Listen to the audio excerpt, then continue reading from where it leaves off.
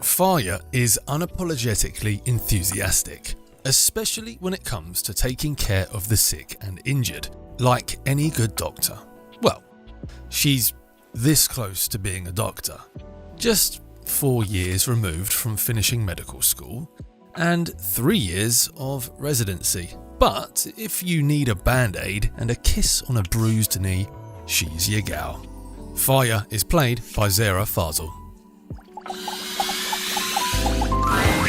You see a medic with bright eyes, a kind smile, and a sort of maternal air about her.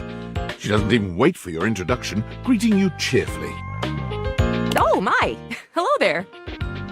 A fresh face! Here to see the doctor, are ya?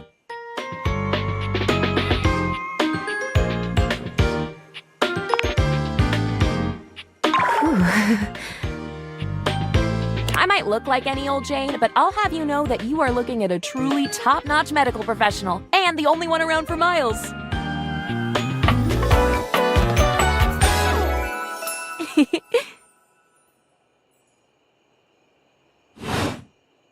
Whether you've got a tummy ache or a life-threatening ulcer, I'm your gal. She pauses, looking you up and down, hopefully. Do you have a life-threatening ulcer?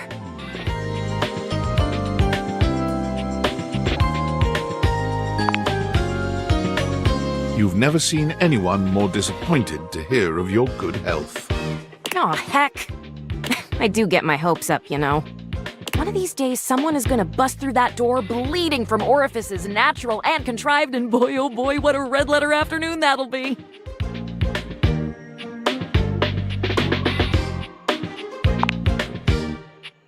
Well, I suppose it would be, to a layperson. But to us medical folk, it's a delicious challenge.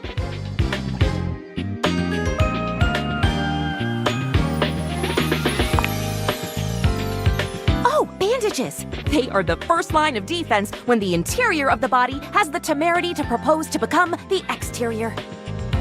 Get back in there, blood. Back to your proper course's lymph. And you, skin, have a little help controlling this raging horde of fluid and marrow. Band-Aids are basically magic. I could go all day. Anything that you might need, hydrocortisone, non-latex gloves, even a simple pen, that, darling lacerated one, will be duck soup.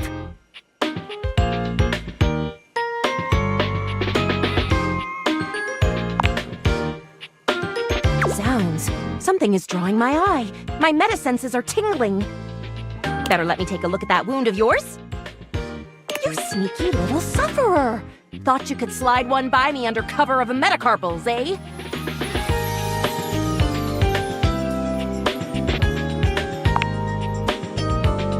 Just to double check, you don't need an injection or two. Take it from me, dear. You're better off safe than sorry.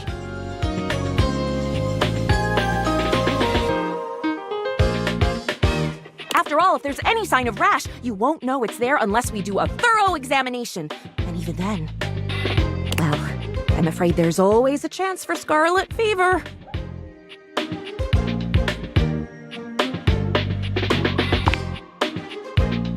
Whatever century this is, it is a century where proper medical care is an essential right of all beings. And I am here to provide said right. Now, produce your fingers, please.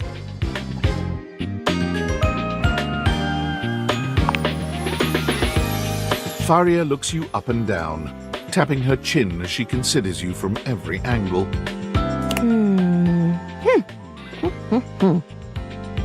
Exactly what I thought.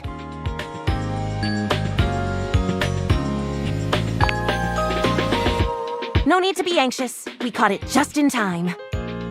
You do indeed possess a splinter. But it's not just any old splinter, dear. What you have is a deep, deep splinter. Plenty of tender flesh open to infection, just waiting for those little microbial monsters to set in. Do you know what that means?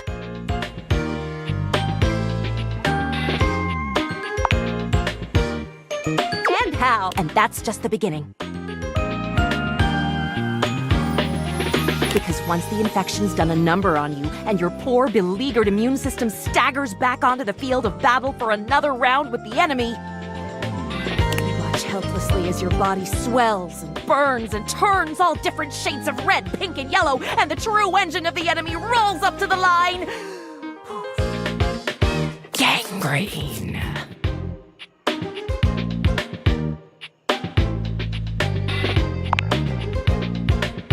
And before you know it, we'll have to amputate entirely.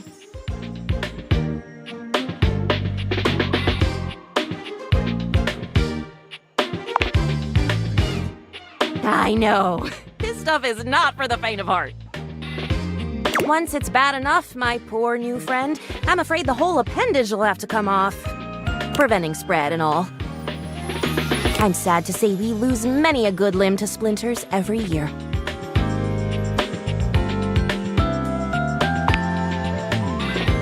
The world is dramatic. Drama isn't necessarily a bad thing, you know? Drama can be the spice of life, like cinnamon or penicillin. The bottom line is, you have got to stay vigilant. The world's a scary place, and your body is a fragile, fragile thing. One wrong move, and you can throw it into total and utter chaos. A veritable breeding ground for every bomb, dick, and hairy slate of diseases ready to eat you whole. You never know what the seemingly tiniest, laughable symptom can mean. For example, got a case of bad breath? Maybe you just ate a sandwich with too many onions. Or your breath stinks like a dead fish on a hot Sunday because you've managed to develop halitosis as a result of the toxic substances in your body not being filtered out properly because your liver is failing.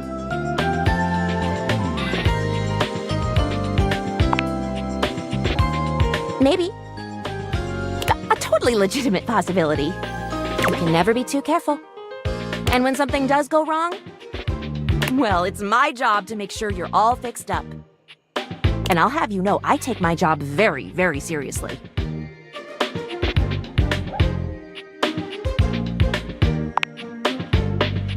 The doctor's duty is to keep their patients alive and kicking. That's a big responsibility. So you can bet your behind I make sure to cross all my T's and dot all my I's. Sometimes even twice.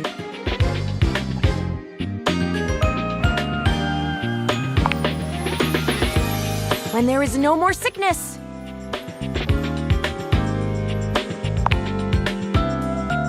Horse feathers.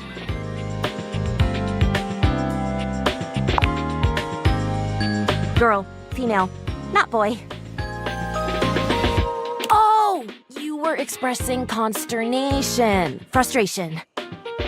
Got it. Anywho, it doesn't look like you've got any type of rash after all.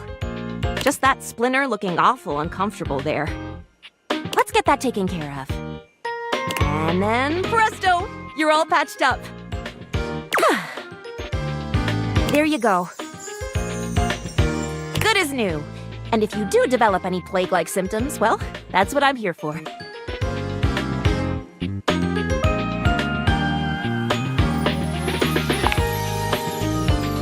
You'd better. I'll keep the tissues ready. Medical professional Farya's always just a sniff, sneeze, and groan of discomfort away.